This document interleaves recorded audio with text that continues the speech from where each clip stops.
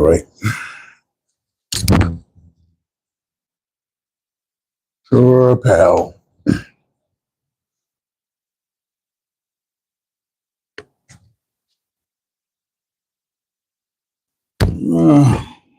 Oh, boy.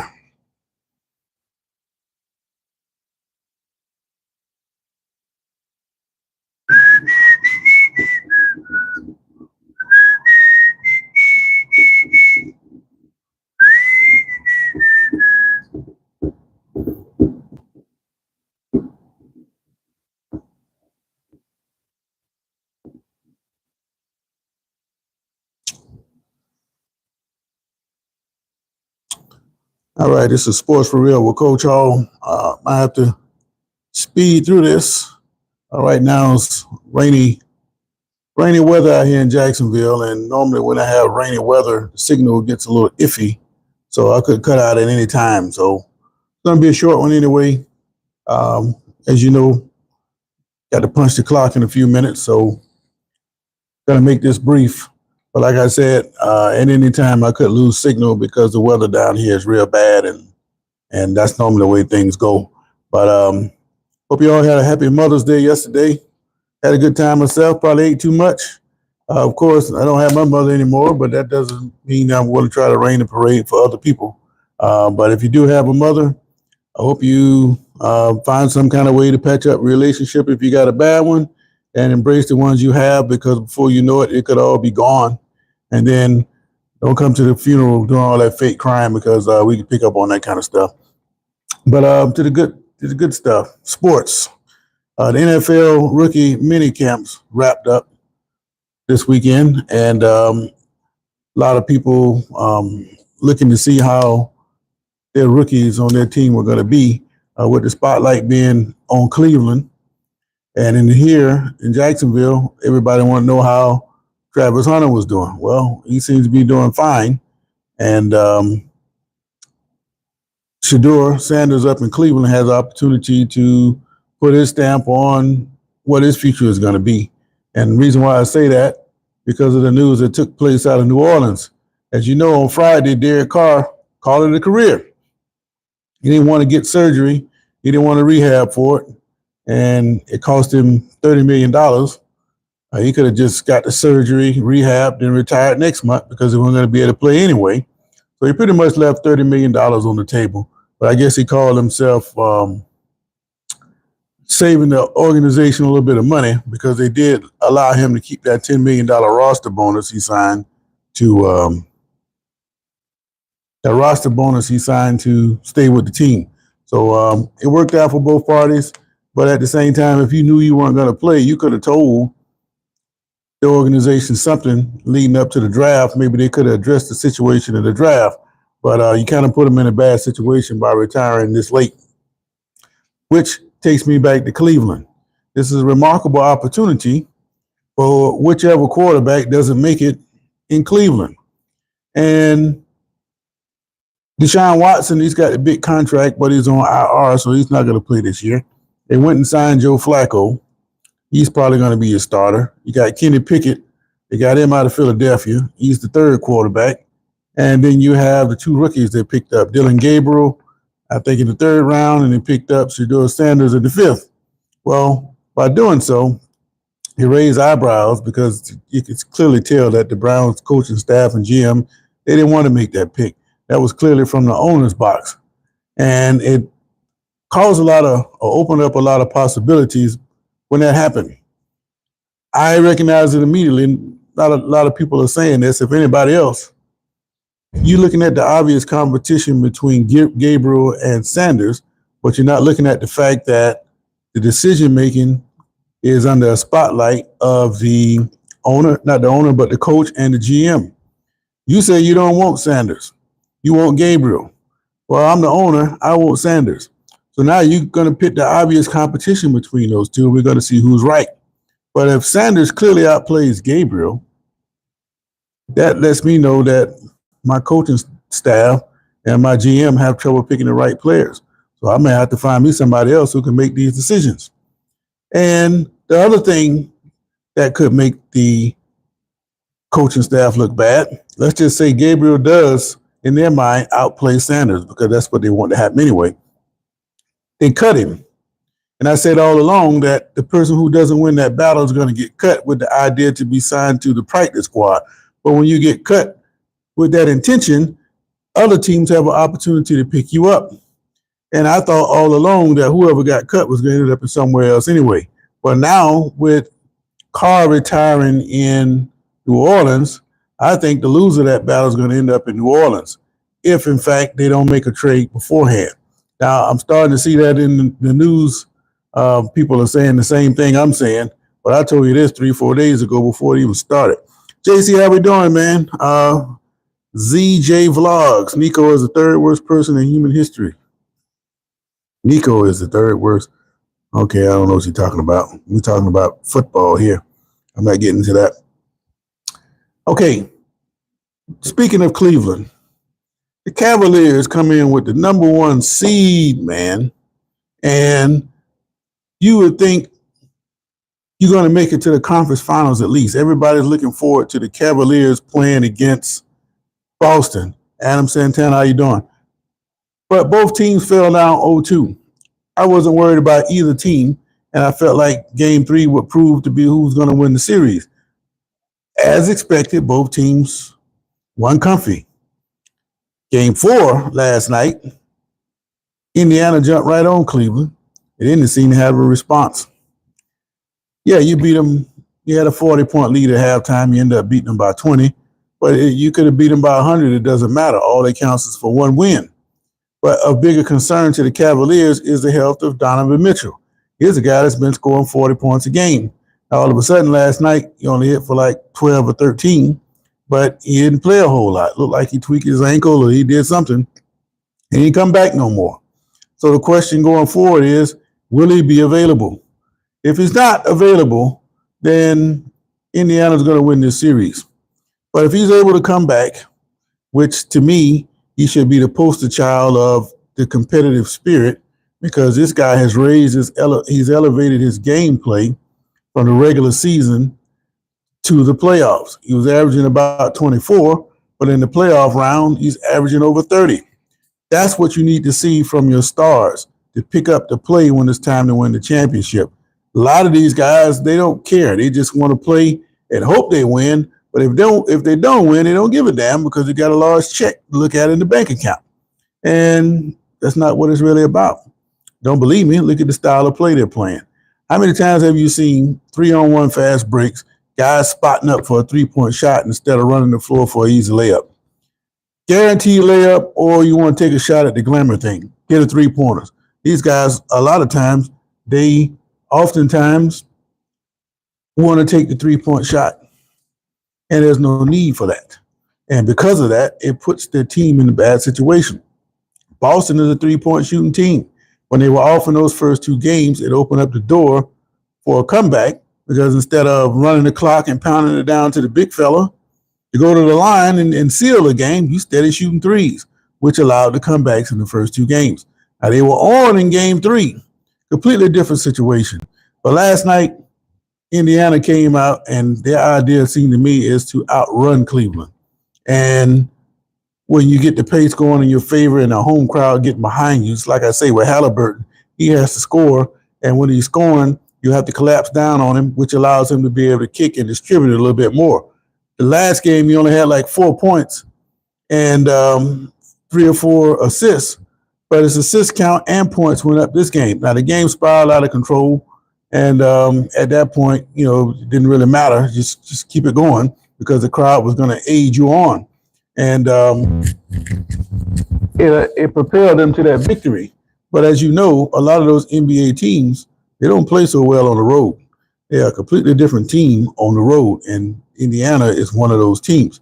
So can Cleveland get back in this series? I think they can.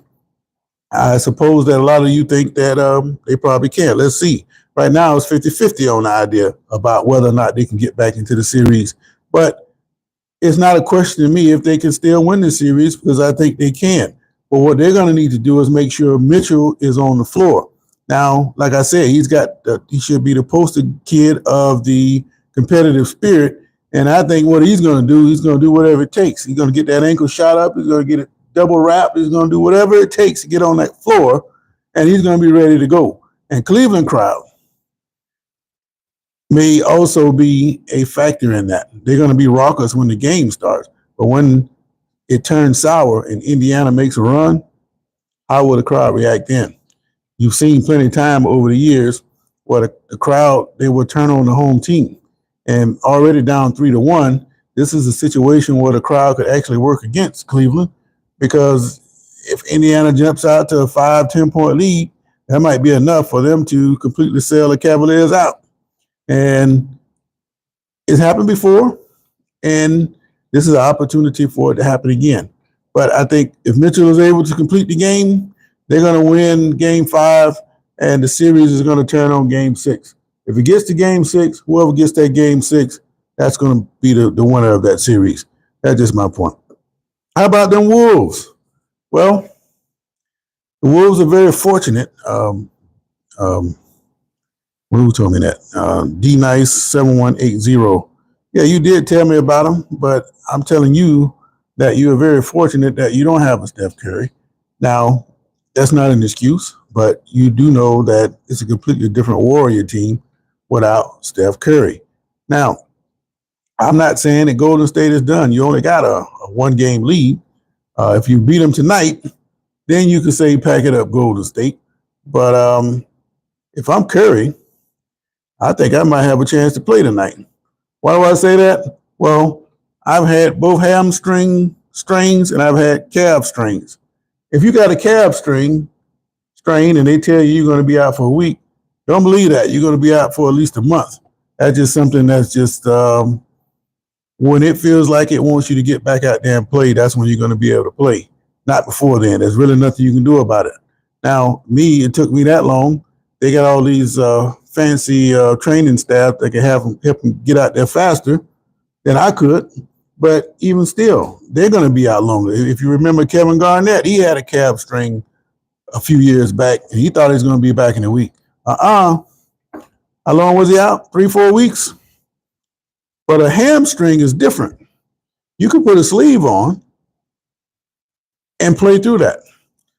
And I don't know the severity of his strain. If it's not completely pulled, then he should be able to play. So it wouldn't surprise me at all if Steph Curry shows up to play tonight. If he does, that crowd is going to go crazy. Now, what I would do, I wouldn't play him the whole game. I would have him come out in street clothes in the first half, and then in the second half, I have him come out and insert him into the game then to give the team momentum and get the crowd all excited. Plus, I wouldn't tell nobody but Curry what we were going to do. It'd be a complete surprise to everybody. So I think the Warriors need to pull off something like that, and they have an opportunity to get back into this series. But even then, if they go down 3-1, they can win in Minnesota. So it's not like the series is over. But the detrimental part about basketball is they get it into your mind that if they fall down 3-1 or 3-0, that's it. They don't have a chance. Well, until the other team gets 4, you still got a chance. So until you count 4, don't count out Golden State and don't count out Cleveland. And if Boston gets knocked off tonight, don't count out Boston. So until the other team counts 4, you can't count a victory. But it's nice to say. And the Knicks fans, they learned the hard way. Everybody's coming out about how great it is for the Knicks to be winning, and it's a great love story is what it is. But the Knicks, they're about to get reverse sweep. By that I mean you stole the first 2 games, and then you're gonna lose 4 straight. On the same level, if you want to look at something relatable to that, it's the same thing as Philadelphia jumping out on Portland way back in '77 with Bill Walton. Portland come back and win 4 straight and won the championship. So that's what's going to happen to the Knicks, in my opinion. So I'm still on track with Boston, and I got an asterisk by the Cavaliers, but somehow I think they're going to come back and win this series. The Knicks are going to lose 4 straight. Mr. Nook Neil Narf 2.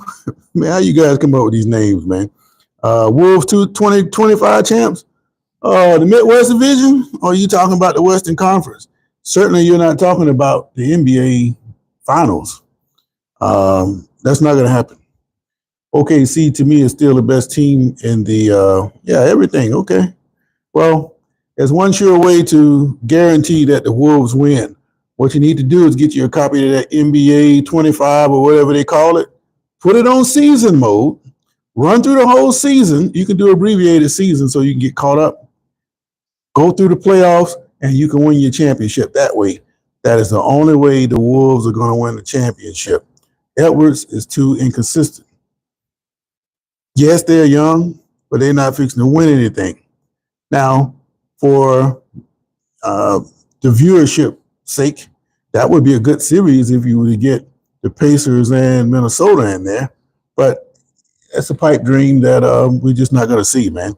And even if you get by Golden State, I don't see you being able to get by OKC because they just hitting on all cylinders. They're locking that defense down on Jokic, and his shot is off. And it don't take much at this time of the year. Just get something going in your favor, and you can get it, and you can get some victories. So now they go back home 2-2, and in the pivotal game 5, we're going to see what Jokic is going to do. Now, if you notice, his production has been dropping off. Not only is his shot is off, he's not getting very many assists lately. He got 4 or 5 yesterday. They've been steadily declining. Where his value been in this situation is the rebounding department. He's killing them on the boards, but the points and the assists, they've been slowed down, and that's slowing the Nuggets down just enough for OKC to get by them. Now, that's going to be a slugfest tomorrow night, game 5, and don't be surprised if Denver goes in there and knock them off because Jokic can't be off forever, and he might just play for the assist game just to get everybody off him so he can start scoring his points again. But that'll be something to watch. All right, Mr. Nilknarf 2 said these dudes don't know about that Portland series. Franklin backwards. Well, that Portland was years ago. That just let you know what my age is. I didn't see a whole lot of it, but I'm more of a historian of all these sports that I cover. I can't get involved with anything without knowing the history.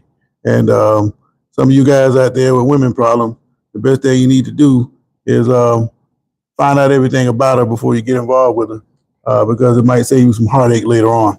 So research goes hand in hand with anything that you want to get into, and that's my advice for today. But I just want to come on this morning. I got to get ready to go to work. I got disappointment with Cleveland. I thought they would show up more so than what they did last night. But maybe it's maybe we just need to accept the fact that Indiana just might be better than Cleveland. And we're going to find out tomorrow night with that. Yeah, you're talking about the women part? Yeah, you better find out about them, Nilk. But I still have belief in Cleveland. I think Boston was going to beat Cleveland in 6 in the Eastern Conference Finals. So for them to get knocked off would be a surprise somewhat, but in the end, it doesn't affect the overall bracket because Boston, to me, is still the best team in the East, and OKC has been the best team in the West. And if Boston's going to lose that championship, it's going to be OKC that takes it from them.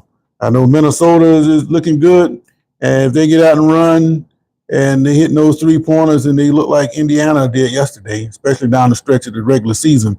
So Minnesota's a very capable team. They're dangerous, but OKC a little bit more powerful than they are, and it's going to be interesting to see those conference finals matchups take place. But we still got a little time for that. Still got a little drama in the semifinals, and that's enough to keep us going. But the thing is, it's a countdown to football as always. Speaking of football, if you look in the description, I put a link to a new football forum I started. I'm still trying to work out the kinks, but I need somebody to sign into that and send me a message so I can see how this thing fully works. As of now, until somebody else taps into that, I don't know how it really works. So if you would, somebody hit that Discord link, send a message or whatever's on your mind about football, put it in there, and let's get this discussion rolling. And I think it would be great to talk about the real sport, which is football, and all this residual stuff is just something else to do until football comes back around. No Olympics this year to waste time, but we do have the Tour de France. I know a lot of you guys think that's boring, but if you actually sit there and watch it, you get to see some of the European towns that you probably never go through, the scenery, and you get the background history. And a lot of you guys got relatives who went over in the world wars and fought in these places, and they give you some backdrop information on these things as they pedal through these towns. So it's very interesting. But anyway, I appreciate you guys chiming in with me. Hit that Discord link, and let's talk some football. And if there's some breaking news, I'll be back at you tonight. Otherwise, I'll catch you guys here in the morning. So until then, like and subscribe. And meantime, I got to go to work. So have a great day. I'm out. Check this poll real quick. Well, if Curry don't come back, the Wolves might get it in 5. But everybody's got to have something to celebrate. But like I say, D-Nice, you want your team to win a championship, what you need to do is to get you one of them video games and play the season mode, and you can win your championship that way, because that's the only way you're going to get there. Will the Cavs make a comeback? Most of you say no. It don't look good for them. And finally, do you think the Knicks or the Celtics will win tomorrow? I think the Celtics are going to whip. I said that before. You didn't catch it, D-Nice. But, yeah, if you want to win, play that season mode, man. You can win. Emily, no, the Knicks are done. Celtics are going to win 4 straight. It's going to be a reverse sweep. All right, you guys have a great day. Appreciate you chiming in with me. I'm out. All right, D-Nice, take it easy, man. I'm out. It's just like the Jaguars. That's the only way they